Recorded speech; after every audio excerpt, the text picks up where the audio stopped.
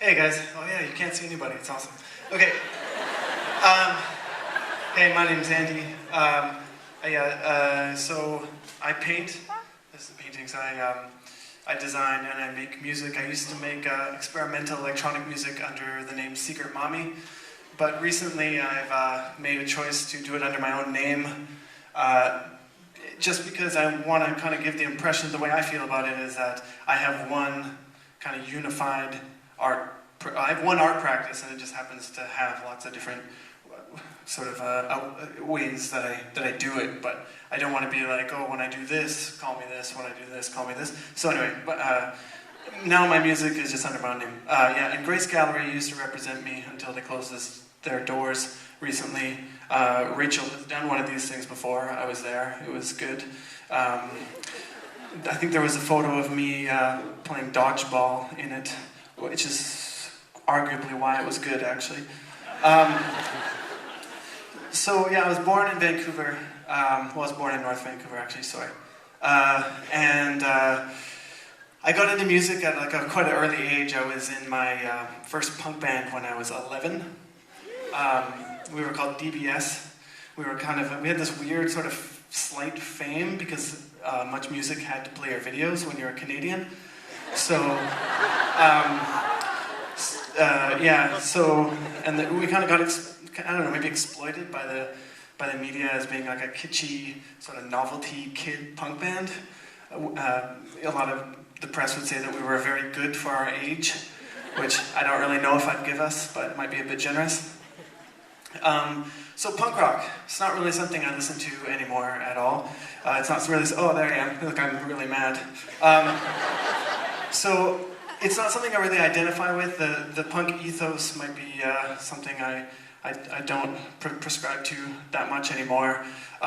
In a lot of ways, it just kind of, after years and years of being very, very into it, it sort of revealed itself to me to be a kind of alternative or secondary set of rules in an arena where I was maybe looking for no rules.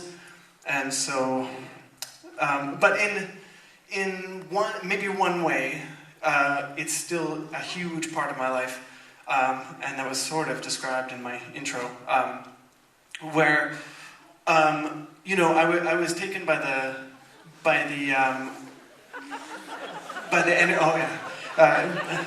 energy or the urgency of the music, and I was taken by the idea that the impulse of expression, it was valued over skill and competency, right? A punk band didn't have to be good. In fact, it was probably better if you weren't good. So if you were a band, sure, you could practice your ass off and try to get, tight or whatever, but in a lot of ways, you're gonna, you've kind of missed the point if that's what you're doing, because you're not going to be any closer to moving that audience. In fact, from where I was standing, you were going to be less likely to move that audience than, say, like a band who's picking up their instruments for the first time. There's something quite magical about it, right? So, let's say I'm a singer, which I'm not.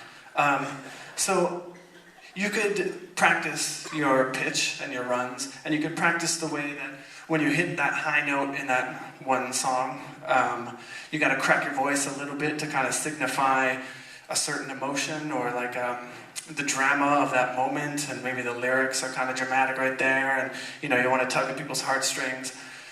But the thing is, it's at least arguable that the rehearsing of that moment is exactly what makes it ingenuine. It's no longer a real moment, right? So that's essentially what I try to do with my work, is to make sure that everything that I do, every stroke that I make, and every smudge and every line that's drawn and every idea that I have is of a certain moment, and it's spontaneous, and it's real. It's a real and authentic moment in time. So what I'm trying to do from there, that's essentially, that's what I do. That's it, really. I could stop here, but I got some time. That's what I do in my art and my music. And so what I'm trying to do with my art since then, to move forward from there, and hopefully some newer pieces will come up soon, but is to do something I'm calling joining the great conversation, which is sort of, for years I've used outsider techniques to depict outsider content, but now I kind of want to take steps inward and join the great conversation. That is the conversation of art history and culture. And I'm lost. I didn't write anything down. See, writing anything down would be counter to everything that I'm saying tonight, right?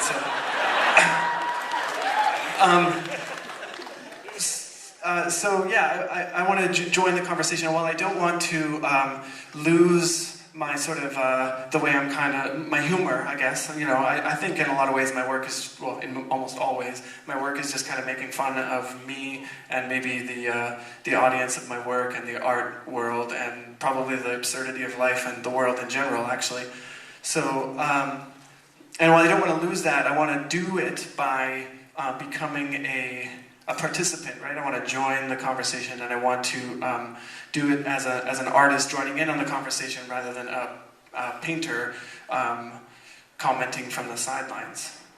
I had a bunch more to say. I was going to go on this thing about David Lynch and how, but I'm not going to anymore because, oh no, I do have some time. This is the second to last slide. So what David Lynch does, right? I think. I mean, I'm not a film guy really, but what he does, he makes me feel so weird because he can take something that is almost familiar, right? Like it's almost like what a movie should be. There'll be huge stretches of his movies that are almost so normal that they're kind of cliche, and then everything will just be turned completely upside down, and nothing will really make any sense. And so it's that juxtaposition of playing with familiarity, but then just fucking it up that I'm trying to work with. That's the end of my thing. Thanks.